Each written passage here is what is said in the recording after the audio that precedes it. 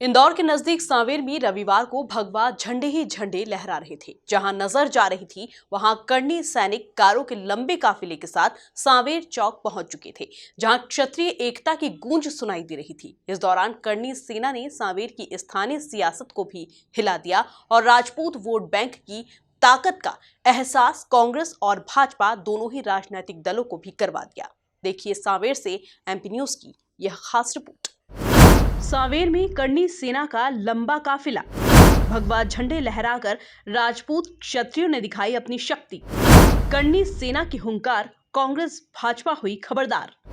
सांवेर में महाराणा प्रताप जयंती की धूम रविवार को भी दिखाई दी, जहां गाजे बाजे के साथ कर्णी सैनिकों ने अपनी ताकत दिखाने के लिए बड़ी रैली निकाली और प्रताप प्रतिमा पर माल्यार्पण कर हुंकार भरी। इस मौके पर कर्णी सेना मूल के प्रदेशाध्यक्ष शिव प्रताप सिंह चौहान, जिला अध्यक्ष अनुराग प्रताप सिंह राघव, स्वप्निल सिंह सोलंकी, सुमेर सिंह सोलंकी सहित बड़ी संख्या में मौजूद युवा राजपूत सरदारों ने यात्रा का नेतृत्व किया।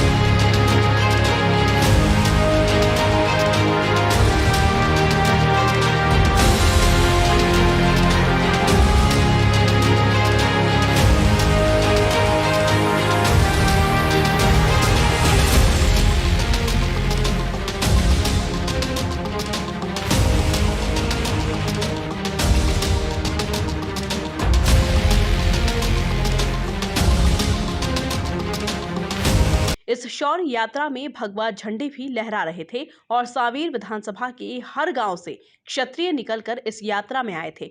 वहीं सांवेर को राजपूत सरदारों का गढ़ बताते हुए कर्णी सेना के पदाधिकारियों ने साफ कहा कि महापुरुषों का सम्मान और स्वाभिमान सर्वोपरि रखने के लिए आज युवाओं को आगे आने की आवश्यकता है, ताकि भावी पीढ़ी को इतिहास के स्वर्णिम हस्ताक्षर जीवंत दिखें।